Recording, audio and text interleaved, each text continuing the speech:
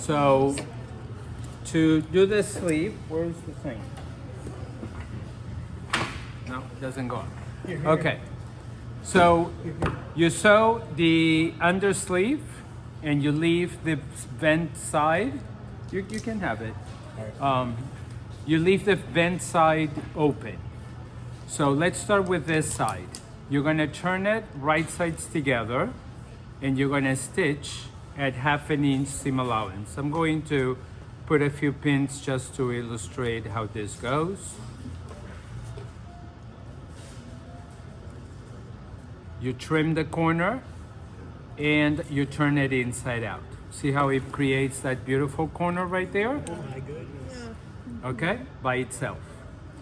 The other side, you should have had a notch here where it's supposed to be folding. Sure it's not.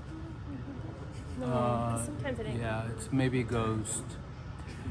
So you're gonna fold it up where that notch was supposed to be, and you're gonna stitch it at 1/2 inch. Again, you're gonna trim the corner and you're gonna turn it inside out. See that? Beautiful. Very nice? Yes. Now you're gonna get it right sides together. You're gonna find the punch hole that you were supposed to do right here.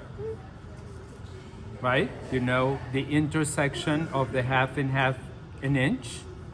And you're gonna stitch from there all the way to the top. Keep in mind that if you follow your notches here, the upper sleeve is a little bit bigger than the under sleeve.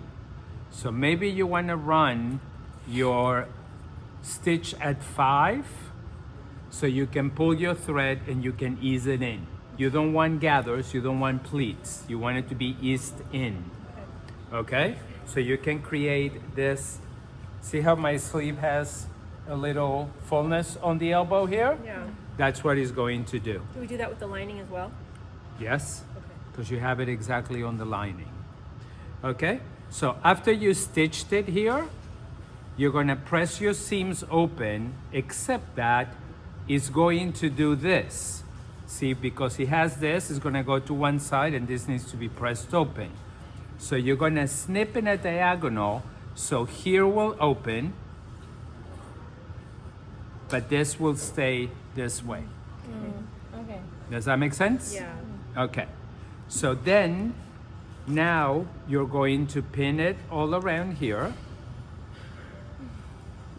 So by the way, here is going to be stitched looking like this.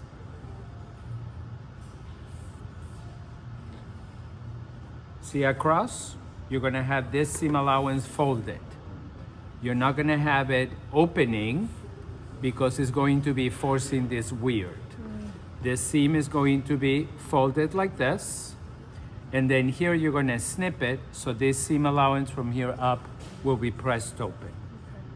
Okay? Then you're gonna do the same catch stitch that you did at the hem of the skirt. Okay. If you guys don't remember, we'll make another video and I'll show you how to do it.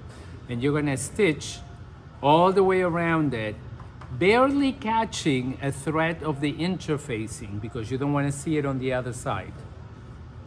Okay? Your sleeve is ready. The next thing that you're gonna do is you're gonna stitch your lining under sleeve and upper sleeve. Those do not have this thing going on. So you're gonna stitch it long all the way to the bottom. You're gonna turn your sleeve that is already done with the hem right side out, and you're gonna have your lining inside out. And you're gonna stick the lining inside the self sleeve with raw seam allowances facing each other. So it will look clean on this side and on this side. You're gonna pin around the armhole to make sure that it's in place. And then you're going to do a very long base stitch right around the bicep, just so you can hold the lining together with the self. Why is that?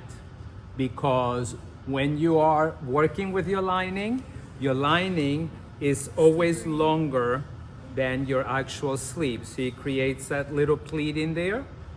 So that way you have something to hold it in place. So you don't pull too much or you don't pull too little.